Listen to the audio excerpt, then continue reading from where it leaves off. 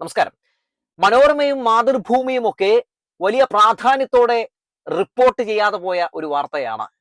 വലതുപക്ഷ മാധ്യമങ്ങൾ ഈ വാർത്തയ്ക്ക് നേരെ മുഖം തിരിച്ചതുകൊണ്ടാണ് പ്രേക്ഷകരുടെ മുമ്പിലേക്ക് ഈ വാർത്ത എത്തിക്കുന്നത്. നമ്മുടെ സർക്കാരിനെ ബാധിക്കുന്ന വാർത്തയാണ്. നമ്മുടെ സർക്കാരിന്റെ ഇരട്ടത്താപ്പ് പൊളിച്ചെടുക്കുന്ന വാർത്തയാണ്. വി ഡി സതീശന്റെയും വിദ്യാഭ്യാസ വകുപ്പ് മന്ത്രിയുടെയും ഒക്കെ നുണ പൊളിക്കുന്ന വാർത്തയാണ്. ഞാൻ ആ വാർത്തയൊന്ന് വായിക്കാം. തിരുവനന്തപുരം വിവാദ വന്ദേ മാതരം നിർദ്ദേശം chief secretary Vishwanath Sinha IAS തന്നെ.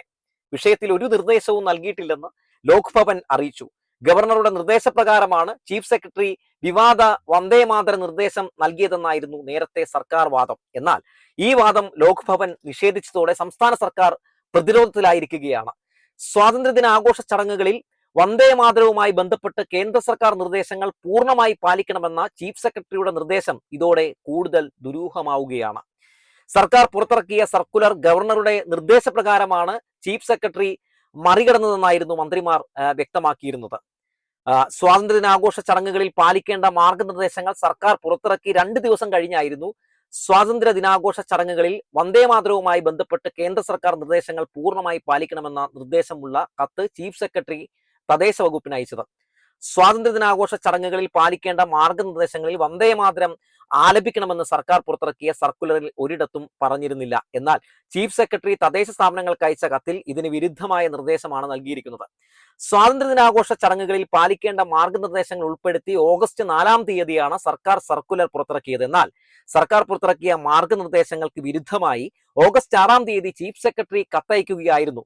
തദ്ദേശ സ്വയംഭരണ സെക്രട്ടറി ടിങ്കു ബിസ്വാലിനാണ് സർക്കാർ പുറത്തിറക്കിയ സർക്കുലറിന് വിരുദ്ധമായ നിർദ്ദേശങ്ങൾ ഉൾപ്പെടുത്തിയുള്ള കത്ത് ചീഫ് സെക്രട്ടറി അയച്ചതെന്നാണ് പറയുന്നത്. നോക്കൂ, എല്ലാ വിഷയങ്ങളും അടിമുടി എടുത്ത് പരിശോധിച്ച് നോക്കിയാൽ നമുക്ക് എന്താണ് കാണാൻ സാധിക്കുന്നത്? RSSന്റെ BJPയുടെ പല അജണ്ടകളും നടപ്പിലാക്കാൻ ശ്രമം നടത്തുന്ന ഒരു മുഖ്യമന്ത്രിയെയും ഒരു സർക്കാരിനെയുമാണ് നമുക്കിവിടെ കാണാൻ സാധിക്കുന്നത്. അത് കയ്യോടെ പിടികൂടുമ്പോൾ അയ്യോ ഞാനൊന്നും പറഞ്ഞില്ലപ്പാ എന്ന മട്ടിൽ നിൽക്കുന്ന മന്ത്രിമാരെ നമ്മൾ കാണുകയാണ്. കഴിഞ്ഞ ദിവസം നിങ്ങൾ എല്ലാവരും നമ്മുടെ ചാനലിലൂടെ തന്നെ കണ്ടു കാണും. BJPയുടെ സംസ്ഥാന സെക്രട്ടറി രേണു സുരേഷുമായിട്ട് ഞാനൊരു ഇന്റർവ്യൂ നടത്തി കേട്ടോ. ഇന്റർവ്യൂ നടത്താൻ ഇടയായ സാഹചര്യം വേറൊന്നുമല്ല, മറ്റുള്ള മാധ്യമങ്ങൾ ഇവർ ഇട്ടൊരു പോസ്റ്റ് മുക്കുകയും അതുമായിട്ട് ബന്ധപ്പെട്ട് വാർത്ത ചെയ്യാതെയും ഒക്കെ ഇരിക്കുന്ന സാഹചര്യം ഉണ്ടായി. വളരെ ഗൗരവമായിട്ട് വളരെ പ്രാധാന്യത്തോടെ റിപ്പോർട്ട് ചെയ്യാൻ പറ്റിയ ഒരു വാർത്തയായിരുന്നു. പക്ഷെ അവരെന്തോ ചെയ്തില്ല. അപ്പൊ ഞാൻ അതുമായി ബന്ധപ്പെട്ടാണ് ഇവരെ ഇന്റർവ്യൂ ചെയ്തത്. വാർത്ത വേറൊന്നും ആയിരുന്നില്ല.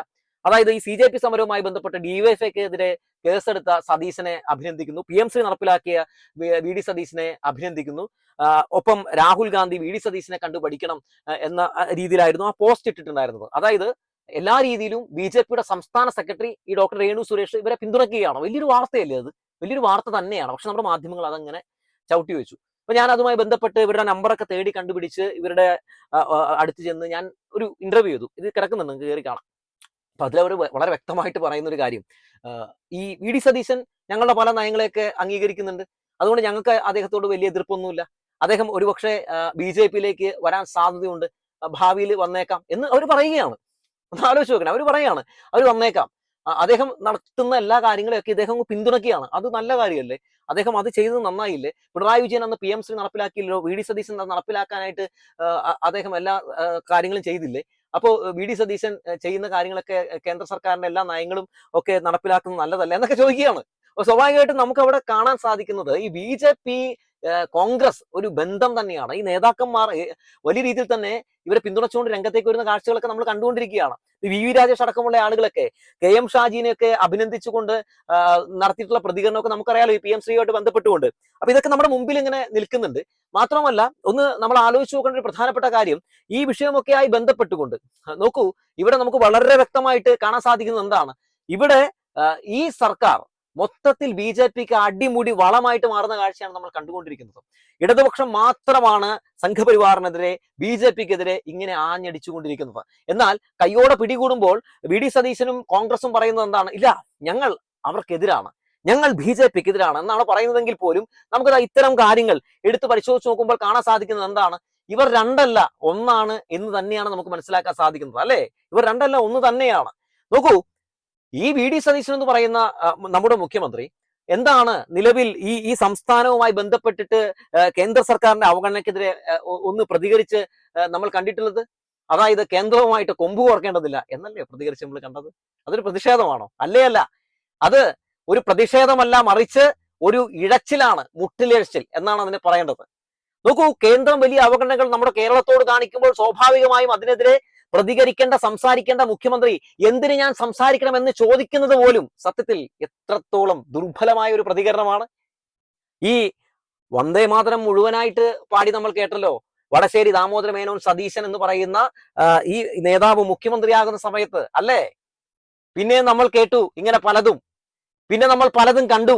ശശികല അടക്കമുള്ള ഈ സംഘപരിവാർ നേതാക്കൾ വി ഡി സതീശനെ പോയി കാണുന്നത്.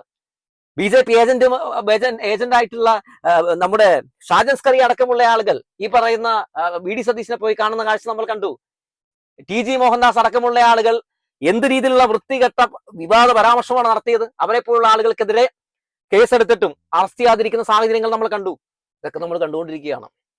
എന്തായാലും ഈ വിഷയമൊക്കെ ആയിട്ട് ബന്ധപ്പെട്ടുകൊണ്ട് നമ്മുടെ പിണറായി വിജയൻ ഒരു പ്രതികരണം രേഖപ്പെടുത്തിയിട്ടുണ്ട് കേട്ടോ. ഈ ഇരട്ടത്താവ് പൊളിച്ചുകൊണ്ട് ഈ സർക്കാരിന്റെ എല്ലാ രീതിയിലുള്ള ഒരു നുണകളും പൊളിച്ചിറക്കിക്കൊണ്ട് അദ്ദേഹം നടത്തിയിട്ടുള്ള പ്രതികരണം അതൊന്ന് കാണേണ്ടതാണ്. നമുക്കൊന്ന് കാണാം. ഇപ്പോ ആഗസ്റ്റ് 15 സ്വാതന്ത്ര്യദിനാഘോഷ വേളയിൽ ദേശീയ ഗാനം മാത്രമല്ല വന്ദേ മാതരം മുഴുവനായിട്ട് ചൊല്ലണമെന്ന് പറയുന്നു എന്നാണ് കേൾക്കുന്നത്. അങ്ങനെയാണെങ്കിൽ അത് ഗൗരവമായ കാര്യമാണ്. അത് RSS നയമാണ്, നമ്മുടെ രാജ്യം അംഗീകരിച്ചതല്ല. ഈ വന്ദേ മാതരം ചൊല്ലുക എന്ന് പറയുമ്പോൾ ആദ്യത്തെ ഈരടികൾ മാത്രം ചൊല്ലേണ്ട കാര്യം മാത്രമേ ഉള്ളൂ. അപ്പോ എത്ര കണ്ട് RSS അജണ്ടക്ക് കീഴ്പ്പെടുന്നു എന്നുള്ളതാണ് ഈ വന്ദേ മാതരം സത്യപ്രതിജ്ഞാ വേള തൊട്ട് ഇതുവരെയുള്ള കാര്യങ്ങളിൽ കാണാൻ നമുക്ക് കഴിയുന്നത്. ഇപ്പൊ ചെയ്യേണ്ടത് അടിയന്തരമായി ഈ കാര്യം തിരുത്താൻ തയ്യാറാവണം. ഇത് ഇത്തരത്തിൽ ചൊല്ലാൻ പാടില്ല എന്ന നിലപാട് പൊതുവെ സ്വീകരിക്കാനാവണം. ആദ്യത്തെ ഈരടി മാത്രം ചൊല്ലുക, ബാക്കി ദേശീയ ഗാനം ആലപിക്കുന്ന നിലയുണ്ടാവും. ഇതാണ് ആവശ്യമായിട്ടുള്ളത്. കേന്ദ്ര ഗവൺമെന്റിന്റെ നയത്തിന്റെ ഭാഗമായിട്ട് വരുന്ന ഒരു നിലപാടാണ്. അതില് സവർക്കറെ എല്ലാ തരത്തിലും മഹത്വവൽക്കരിക്കാനുള്ള നീക്കങ്ങളാണ് കേന്ദ്ര ഗവൺമെന്റ് നടത്തുന്നത്. അത് RSSന്റെ അജണ്ടയുടെ ഭാഗമായിട്ടുള്ളതാണ്. അദ്ദേഹത്തെ യഥാർത്ഥ ചിത്രം അവതരിപ്പിക്കാതെ മഹത്വവൽക്കരിക്കാനാണ് ശ്രമിച്ചുകൊണ്ടിരിക്കുന്നത്. നമ്മുടെ രാജ്യത്തിന് അറിയാവുന്ന കാര്യം, സ്വാതന്ത്ര്യ സമരത്തിന്റെ ആ സുപ്രധാന ഘട്ടത്തിൽ അതിൻ്റെ ഭാഗമായി ഉറച്ചു നിൽക്കാതെ മാപ്പെഴുതി കൊടുത്ത് ബ്രിട്ടീഷുകാരുടെ പാദസേവകനായിട്ട് മാറുക എന്ന് പറയുന്നത് സ്വാഭാവികമായി സ്വാതന്ത്ര്യ സമരത്തെ വഞ്ചിക്കലാണ്. അതിനാണ് സവർക്കർ ആ ഘട്ടത്തിൽ തയ്യാറായിട്ടുള്ളത്. എന്നാൽ സവർക്കറെ മഹത്വവൽക്കരിക്കാനുള്ള നടപടികളാണ് ഇപ്പോൾ RSS സ്വീകരിച്ചിട്ടുള്ളത്. ഇത് മറ്റൊരു വഴിയും അവർക്കില്ല, ഇത്തരൊരു മാർഗം സ്വീകരിക്കലല്ലാതെ.